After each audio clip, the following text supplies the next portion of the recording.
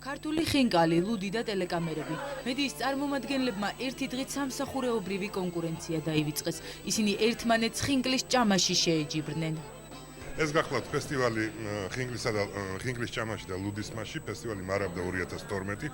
ეს არის დამთავრდა შეჯიბრი ხინკლის ჭამაში, სადაც გამოვლინდა გამარჯვებული, ეს გახლავთ ტელეიმედის თანამშრომელი, რომელმაც ზუსტად 5 წუთში შეჭამა 15 ცალი ხინკალი.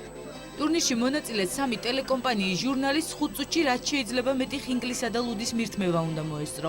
კონკურსის გამარჯვებული ტელეკომპანია იმედი ჟურნალისტი გახდა. პრიზი სიმბოლურად ტურნირის ერთადერთ მანდილოსანსაც გადაეცა.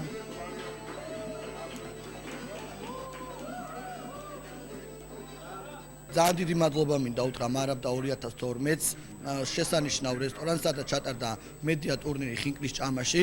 ძალიან მინდა რომ ხშირად ტარდებოდეს ეს ტურნირები, იმიტომ რომ უფრო უახლოვდებით ჟურნალისტები ერთმანეთთან, უფრო კარგი სიტუაციებია. ტურნირში მივიღე მონაწილეობა პირველი არხის სახელით და როგორც ქალი ერთი წარმომადგენელი ქალი გავიმარჯვა.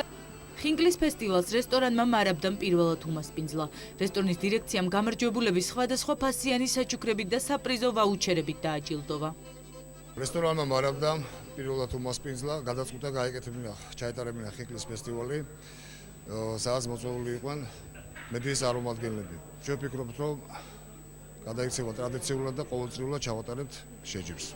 რესტორანი მარაბდა სტუმრებს ტრადიციულ ქართულ კერძებს თავაზობს.